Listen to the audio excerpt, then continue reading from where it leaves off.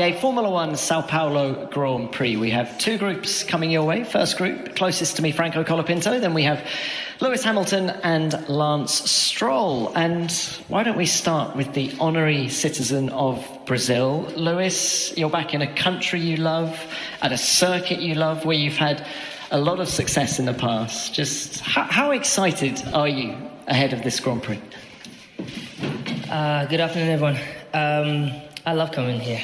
I've been really excited about the trip and just getting back. Every opportunity I have to spend time here, you learn more about the culture. You are able to engage more. I know Senna Foundation did an amazing event last night with all the great work that they're doing. And it's just the colours, it's Ayrton, it's the culture, the people. So you really vibe off that through the whole weekend. Lewis, you say it's Ayrton. There's a very special thing happening on Saturday evening here. You're going to be driving his 1990 McLaren. How special is it for you to commemorate him here at Interlagos? Well, I mean, every time we come here is an opportunity to do that. And I think so many of the drivers also do that. But I never in a million years thought I'd ever get to drive Senna's car here. So when I remember someone contacted me, my manager told me about it, and I jumped at the opportunity. I did, back in the day when I was at McLaren, I did get the chance to drive the MP44 around Silverstone, which was incredible. And but just the thought of driving that car around here, if you look at I remember the races where when he finally won here and held the flag, and yeah, it will definitely be quite an emotional experience, and I hope people are here to see it. I had a helmet made with his helmet made for me, but I don't know if we're using that one tomorrow. But I think the initial hope was for it to be a surprise. So I had a whole white suit and his helmet, and you'd go out and drive the lap, and it would just look like it was him out there.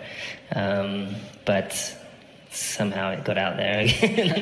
It's impossible to keep things quiet. Lewis, it's a manual gearbox. How's your heel and towing these days? I'm always heel and towing, so I should be. No, it used to be really good when I was younger, and when I did the MP44, I was able to do it back then.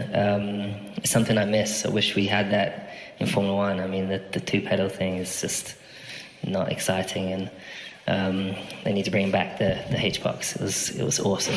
Look, let's bring it back to Mercedes now. What's happening this weekend? A sprint weekend. It was the best combined performance for the team since the summer break last weekend in Mexico. Just how confident are you of getting a good performance here? Confident. I mean, it's been a very turbulent year. I think we always arrive with confidence and with a positive mental attitude, but the car is just, I don't know how I'm sure it's similar for the other drivers, but there's glimpses of hope, and then things swing back and forth, whether it's tires, whether it's the aero. So it's you never know what you're going to get. I always feel like Forrest Gump when I say that, but then it's I'm hoping the car. The last race was really positive for us in terms of the end result, but through the weekend was definitely with George's crash during the weekend, and then I started with a bad start of the race, but then got better towards the end. So there's definitely potential within the car, and we're always just looking to fine-tune it and hope that we can extract more from it. And I'm hoping with the new surface track layout here, maybe a surface, maybe we can have a better race. All right, good luck. Enjoy it as well. Lewis, thank you for that. Franco, coming to you now. Would you fancy a run in Senna's old McLaren? I would. I'm not as good as Lewis in the heel and toe part, but I'll try to do my best. All right. No, it will be amazing, and I think it's an incredible opportunity that any driver in this world would love to have. Of course, Lewis is the right person to get that chance, and to do it here in Interlagos in such a special year for Ayrton. It's, I think, a very unique moment for all the Brazilian fans, for Lewis, for all of us, the drivers, to enjoy the moment together and keep doing this tribute to Ayrton, that he really deserves it. He was my idol and hero since I was very, very young. That's why I started to look at Formula One and, watching the movies, reading all the books on the history. And I think him being from South America, it's also a little bit more of a relationship to me, and how he got to Formula One and how he fought his pathway to where he arrived. And yeah, he's definitely a big inspiration for me, and it's going to be great to see his car going around here. Well, Franco, we last had you in the press conference in Baku. You've now done 5 races in Formula One, 2 points finishes. Just sum it all up. How do you feel it's going? It's going well. It's going well. Of course, the start in Baku, it went very well. We scored a few points with both cars. It was a very positive start. We come from a weekend that was a little bit more tough for myself. It was a very low grip track, very tricky with aero, the tires. They were not really cooling down. And I just struggled a little bit to find the best performance in qualifying. The race was really positive, and we had very good pace, so that was on point, but it was just qualifying was a bit tricky for me. Trying to find a bit better the balance of the car was very difficult to drive the car in quali, and just struggling a bit, but confident to come here. Of course, another track that I don't know, another sprint weekend as Austin, and I think we carry good momentum. Austin was points, and yeah, here more opportunities for points again. So looking forward to it. Of course, my first time racing in Brazil, and to be so close to my hometown, to Argentina, it's very special. It's the closest race I'm going to be having since I started racing, so it's going to be a very unique one, and a track that has a lot of history and legacy in motorsport, so it's going to be great. A lot of Argentine flags, I would have thought, in the grandstands as well. Thank you for that. Lance, let's come to you now. If there's a car from history that you'd like to drive, can you name one? I mean, something from back in the day like that. So much lighter than what we're driving now, and yeah, I think that's already huge. Just remove a couple 100 kilos from what we're driving now, and it's a lot more fun. So yeah, something from back in that era. All right. Well, look, what about this weekend? You had both you and Fernando had a good run here last year, 3rd and 5th in the Grand Prix. Does that give you some confidence coming into the weekend? Oh, I mean, not really, because we're in a different situation to where we were last year. We had a good car here last year, so when the car's good, those results come. When the car's less competitive, it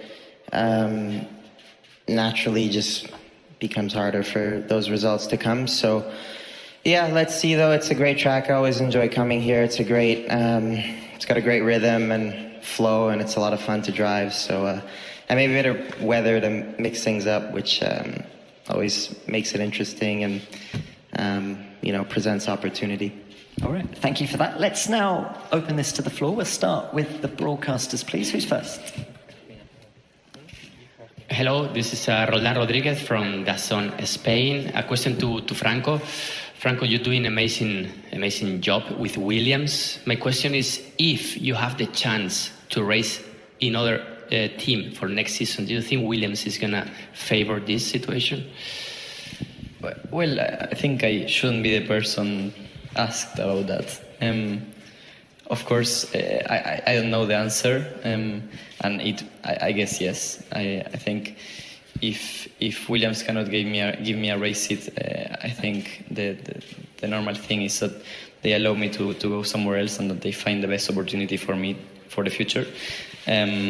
But I'm not the right person to be asked. I should be the last one. I'm here with Williams this weekend, and I'm gonna try to do my best here in Brazil. It's a very exciting race, great atmosphere, and I cannot wait to be driving the Williams around Interlagos. So, look, it's I think for the future, and it would be great that it happens.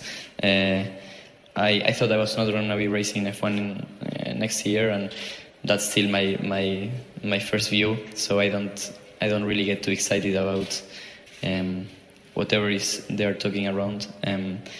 But yeah, let's see. Thank you, Franco. Yeah. Yeah, Albert Fabrega, ESPN Latam. Also, following that for Franco, there's a lot of talks and rumors around your future in the paddock. How did you manage all these things? How do you that affects yourself when you're going on track? And which is your ideal situation? Where would you like to be next year? I would like to be in Formula One. I came very late in the year, and I got an amazing opportunity by Williams, by James, Sven, everyone in the team gave me a lot of trust, confidence to put me in that race seat. And I got an amazing chance that I was not expecting to get this year, and I try to do my best and have the best results possible to show that I deserve a seat here, and that's what I'm trying to show and to achieve, you know. And if it's not next year, I hope that it's in 26 or 27. And yeah, it's just, you know, I'm not really having much pressure or anything like that. I'm trying to enjoy the moment, enjoy the opportunity that I've got. It was my dream since I was very little to drive a Formula One car, you know, and now to be here doing these last 9 races, it's very special. So just enjoying. Thank you. Yeah, another one. Mara San Giorgio, Sky Sport Italy. A question to Lewis. Lewis, you have, I think, the great honor to drive this weekend the Senna's car. You were a McLaren driver. You won here your first title with them in 2008. Are you keeping an eye on the fight between McLaren and Ferrari for the constructors? And are you thinking that it's a big shame not be in the game with your team this year?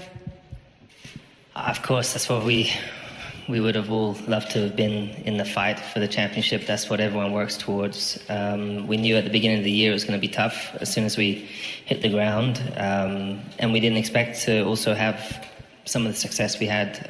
Obviously, Silverstone, everyone worked so hard to get that result, which I'm so incredibly grateful to the team for. But yeah, it definitely... I know this team so well, and I know that the result and the position we're in this year will just only fuel them even more to work harder to have a better car next year. And no, I'm not really watching much up ahead unless I'm like in the battle and I go behind, like in the last race. I saw them for a second and then they were gone. Yeah, just focusing on trying to do the best job I can. You are interested thinking about your future? I'm very interested about my future, of course. And so, in that respect, keeping an eye, watching everything that happens. Have you been very encouraged by the performances of Ferrari recently? Of course, it's been, through the year, at the beginning of the year, if you look at somewhere like maybe China already, but the Red Bull was like a second ahead. And it's been quite incredible to see the McLaren rise and then Ferrari in the last few races, to see their progress, and just trying to keep an eye on everyone's car and what they're changing and what they're adding. And we all watch the video, all the drivers, we all watch the onboard laps, and we're always trying to see where we can gain time. And there's some cars that just react differently and better or worse in certain areas, and trying to figure out how you can find that within either your balance or get the team to develop the car in that direction. Thanks, Luis. Yeah, another one, Diego. Diego Mejia, Fox Sports Mexico. A question to Luis. You had the chance to battle Franco back in Baku. Just wanted to get your view on what he has done so far and what you think about his chances for next year. I mean, how tough would it be to not have him on the grid next year? Well, I think he's done an incredible job. I think to last minute to be called upon and thrown into the deep end in this sport. Majority of us, if we're lucky to get in the sport, we have a bit of a run-up. If you look at, for example, young Kimi, for example, he's got a lot of test days before his first race. I think he will have over 20 days or something in the car, which is unprecedented. And as well for this guy here, he didn't have that, so he just jumped straight in and he did a fantastic job. And it was really great to, as I said in the race, it's always great to see young people and young talented individuals get the opportunity to come through and shine, and I think he did that in the first race. We had a great little battle and it was super safe. It was hard but fair, and I think he's earned his right to be here. There still is a seat available, and he's saying it's not for him to decide, but my advice would be to make sure that I would be pushing on my side to make sure, doing absolutely everything. And at the end of the day, he's got to just continue to focus on doing his job every weekend as he is. Hopefully he's got good people behind him who are doing the right job to make sure that he's here racing next year. Thank you, Lewis. Right, any more from the broadcasters? Yes. Hello, Marco Lafitte, Canal+. Question for Lewis. You've been battling for many world titles, strong from that experience. What are your thoughts about the battle between Lando and Max? Your opinion on their assets and their strengths, both of them? Yeah, I mean, it's definitely, I think it's really exciting for the sport, firstly, to the last couple of years, not necessarily so exciting, obviously, with Max just leading the way, and that sometimes happens, but I think it's been really exciting for the fans to see that it can go right down to the wire at the end of the year. There's still a possibility of Lando catching up. I read somewhere I think he's got to get 11 points more or something in each race or something over these next races, which is definitely possible with the performance they have. It's I mean, we all know Max and his strengths, and can't really say too many weaknesses, if any. And you've got, obviously, Lando, who's really rose to the occasion and has been really leading the team. And I haven't really spent too much time looking at how they're racing and how they're positioning the cars. Obviously, everyone knows of what happened in the last race or the last two races, but everyone will have an opinion on it. But at the end of the day, those two are the drivers. They know what they're doing. I'm really excited to see what happens over these next races, and I'm just hoping that I can at least have a good seat view to watch it all as they'll be here.